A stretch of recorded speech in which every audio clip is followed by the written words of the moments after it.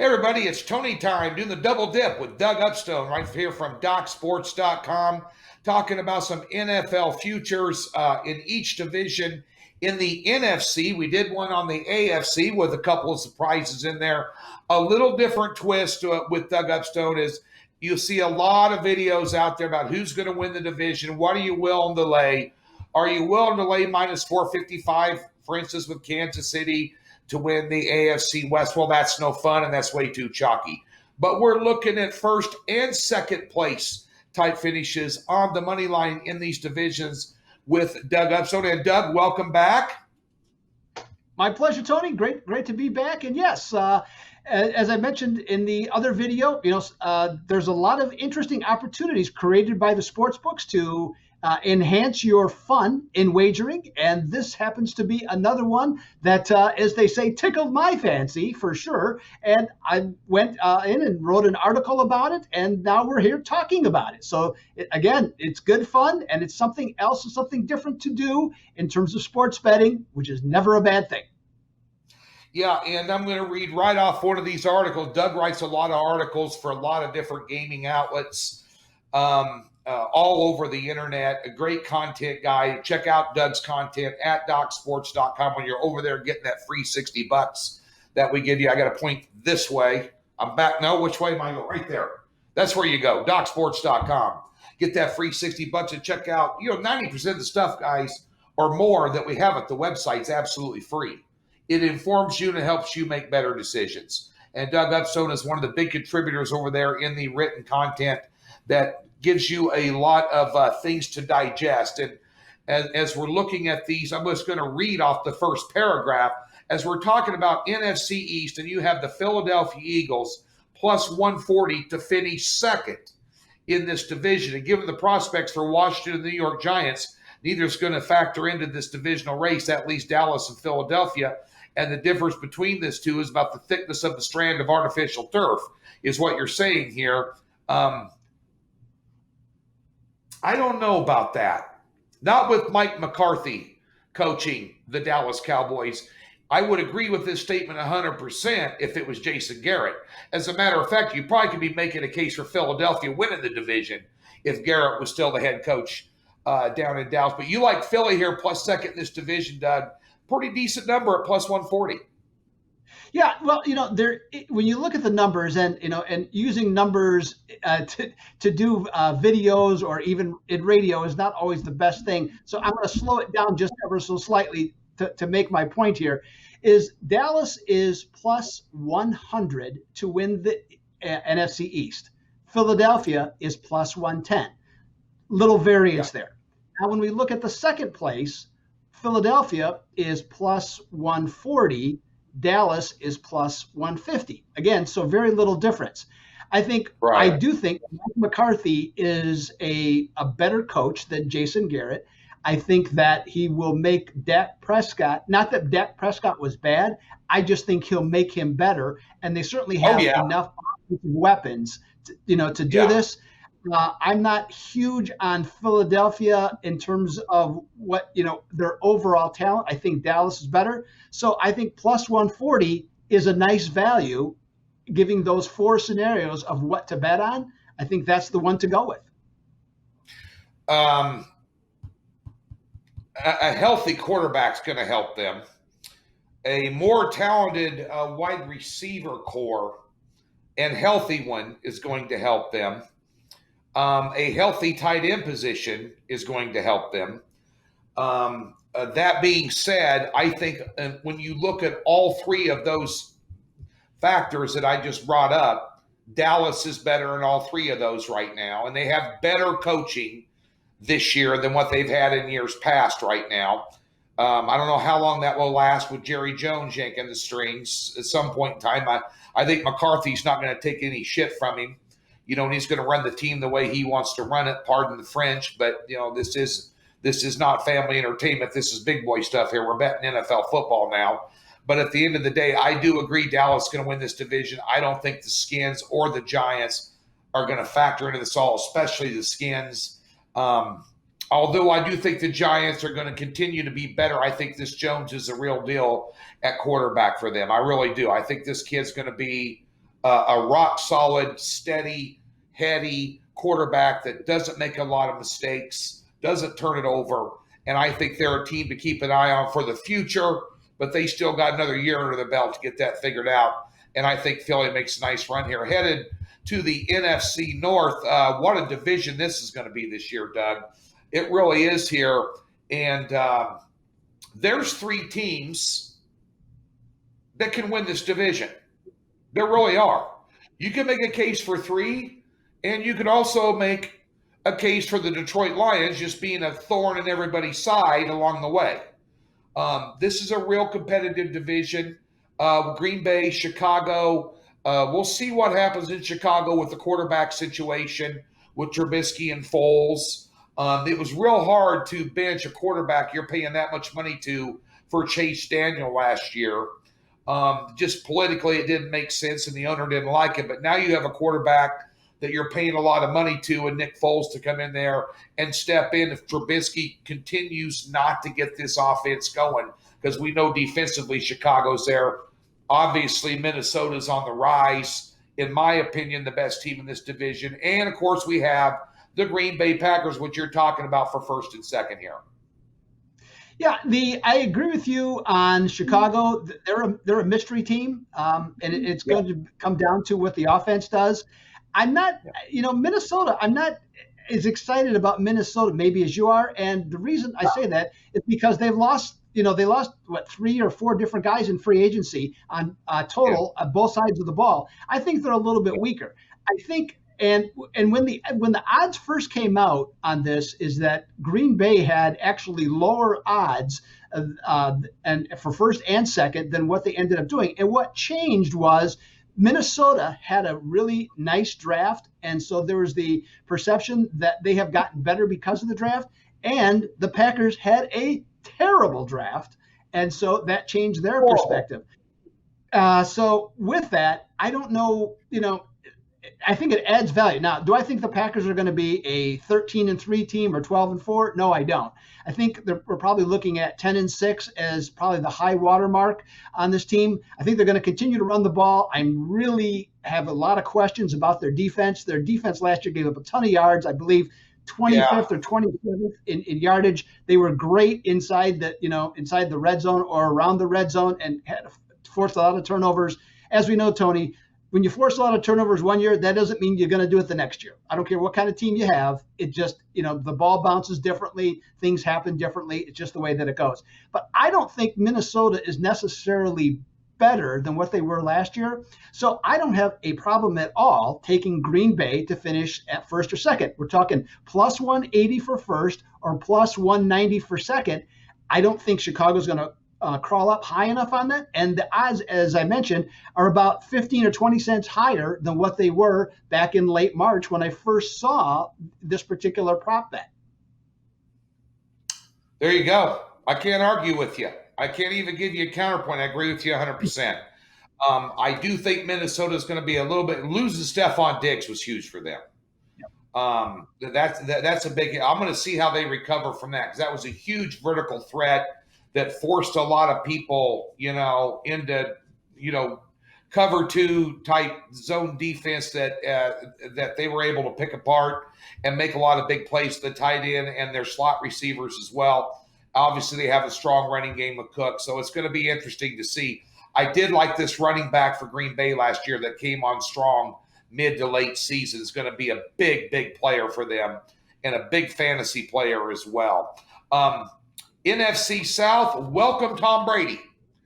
Welcome Rob Gronkowski. Welcome to the big boys table, pissing in the tall wheat, the Tampa Bay Buccaneers now. That's been the talk of this division. However, the NFC South, somebody here who I think this number is great and maybe the best bet we gave you the best bet on the AFC board for your second place, which I really loved. And this, I think, is the best bet. The Atlanta Falcons, the Dirty Birds, at plus 340 for second. Good number, Doug. Yes, I think it's an excellent number. With all the talk, as you mentioned, about with Tampa Bay and Tom Brady now wearing a red, bay, orange, and pewter. So that's going to be a different for him, just across the board. I'm just not sure that this team is they're going to be better, but are they going to be that much better? They still have defensive problems that are going to be out there. They have a early tough schedule, and oh, by the way, the New Orleans Saints are still in the same division. How about That's that? right. Okay, they're not bad. From what I've seen, they're not bad. So I'm looking at this. So Atlanta was dismissed entirely, I think, after last season. Started 1-7. Okay, Dan Quinn was literally a week-to-week head coach. Okay, considered a goner, but the players rallied around him. Tony, they won 6 of their last 8 games, including the last 4. And if anybody that follows NFL football knows, when a team has a really bad losing year, a first half, and they play really well in the second half, generally speaking, that carries over into the next season where there's value. Okay, 340 with the Atlanta Falcons on here for second place. Like you, I love it. Yeah, I do too. Just bear in mind when it comes to Tampa Bay last year, and they didn't do a whole lot. They did a lot on the offensive side of the ball. I'm not denying that Tom Brady is, if you look at the stats, probably the best quarterback in the history of the NFL. No doubt about it. He's also in his 40s. You know, Drew Brees, right now on the skill level and how I'd rate Brees slightly higher than Brady, you know, right now, slightly. But that being said, bear in mind something about Tampa Bay. They couldn't stop grandma with a shopping cart at Costco last year on defense, and there wasn't a whole lot that changed in the offseason despite the money they spent offensively. So unless they're scoring 35 a game with Tom Brady and Gronkowski and you know, don't have no illusions. They have offensive weapons. They will put up points, but they're going to have to score 32 to 35 to beat everybody. You know, so it's going to be interesting to see how that scenario plays out. But yeah, the Dirty Birds, long shot, second place in that division, winning 6 out of 8 in impressive fashion down the stretch last year. Many people forgot about that. And despite all the rumors about Dan Quinn getting kicked to the garbage heap and Atlanta's a dumpster fire, whatever, he turned that team around, and he did that because he's a very good football coach. And he will continue to be a very good football coach this year. That being said, let's switch gears out to the NFC West. And Seattle was inches away from winning this thing last year. Obviously, we have the 49ers, who my beloved Kansas City Chiefs took care of in the Super Bowl. But nonetheless, so you got Seattle here catching a number at plus 275 for first and plus 210 for second. I think that the 49ers will be every bit as good as they were last year, if not maybe improved in some areas. But I also think a team with Russell Wilson at quarterback and Pete Carroll at head coach and picking up some key players is pretty much a lock to get second in this division and might contend for first place in this division, Doug. Yeah, you wonder, and of course, reality takes over anything in terms of what could have happened. But you think about that last game, that last Sunday night game, Seattle and the 49ers, and tackled at about the 2-inch line, maybe? Yep. Okay. And what happens if Seattle is the number 1 seed, San Francisco becomes the wild card? How does that play out? We'll never know, and it doesn't matter. But it still was interesting that Seattle was that close to winning and being the number 1 seed. So with that being the case, there's nothing about Seattle that's going to be that much different. If anything, with that I forget the name of that big kid, that the wide receiver that played so well, in the second half of the year, he's only going to get better. Their offense is good. Their offense is going to be as good. Defensively, they weren't very good. With Pete Carroll, I'm going to only assume that he's going to figure some things out so that they are going to be better. So it's worth consideration for them at 275 for first. And San Francisco suffered some defensive losses through free agency. Otherwise, you're looking at plus 210, okay, for second place. once again, Yeah. I keep mentioning, but there's value here, Tony, in either scenario. And even if you make both bets, you're going to end up winning as long as they finish first or second. Yeah, and I keep looking over the side here. I'm not checking out. I don't have the Spice channel on DirecTV over here. I'm actually looking at my live odds board here. You take a look at odds to win this division. 49ers minus 105, Seattle plus 225, Rams plus 500, Cardinals plus 750.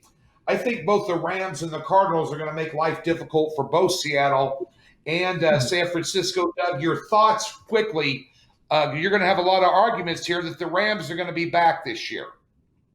I think, yeah, I'm sorry, go ahead. No, I'm just saying you're going to have a lot of arguments here that Seattle and the Los Angeles Rams are going to be juggling, win-loss records and splitting games between themselves this year at home and away for second place in this division, and maybe both even contend for the division title if, in fact, the Niners defense proves to be a lot weaker than it was last year. Yeah, I think the Rams are being a little undersold, based on how they finished last year. But I don't think they're better than Seattle. And the reason that I say that is that, new defensive coordinator, a complete upheaval in terms of personnel on defense. They might have as many as 5 new starters on defense. That doesn't mean that they'll be weaker on defense, but there'll just be a lot of fluctuation there. So I'm not really sure how that's going to exactly play out. And now, the pressure is going to be on the Rams coach because his offense has kind of been figured out, and so in terms of, for him, the coaching adjustments going forward, whereas Seattle, because they do have Russell Wilson, their offense continues to evolve. And I think that's where the difference comes into play. Russell Wilson, Pete Carroll against the Rams. I think that becomes your difference. Arizona's going to be exciting. They'll win some more games. I'm just not sure that they're ready to move up yet. Fact or fiction? Golf, the quarterback for the Rams, top 10 NFL quarterback or not? Fiction. He is, I would place him, if I had to give you a range, 12 to 16. I think he's a nice player, but not a great quarterback at this point. Right. Here we go, folks. Doug Upstone, DocSports.com. Right there. Check us out. Get the free $60. Get yourself hooked up with the Major League Baseball and NBA coming your way this month. And your futures bets here on this NFC breakdown, going for first or second place in the division. It's a little bit of a different twist. Doug Upstone, Seattle, plus 275 for first, plus 210 for second. In the West, in the South, he likes the Dirty Birds, plus 340 for second. That would be my favorite pick of his out of the show. And Green Bay, plus 180 for first or plus 190 for second. Yeah, I think those are both good bets. And the Philadelphia Eagles, plus 140 for second. That's probably, we don't say the word lock, but that's probably the most... the one you really could put your, where the shoe fits when you put it on, so to speak, Doug. Because the Giants, because the Giants and Redskins are toast, and I think Dallas is going to shine more so this year than they have in years past with Mike McCarthy at head coach. I really think that makes a difference. So that being said, thanks for tuning in, folks. Be sure and check out next week's Tony Time, where Doug Upstone and myself, we're talking Major League Baseball next week, and some tips and techniques and some look-aheads on the futures for Major League Baseball as well. Thanks for tuning in.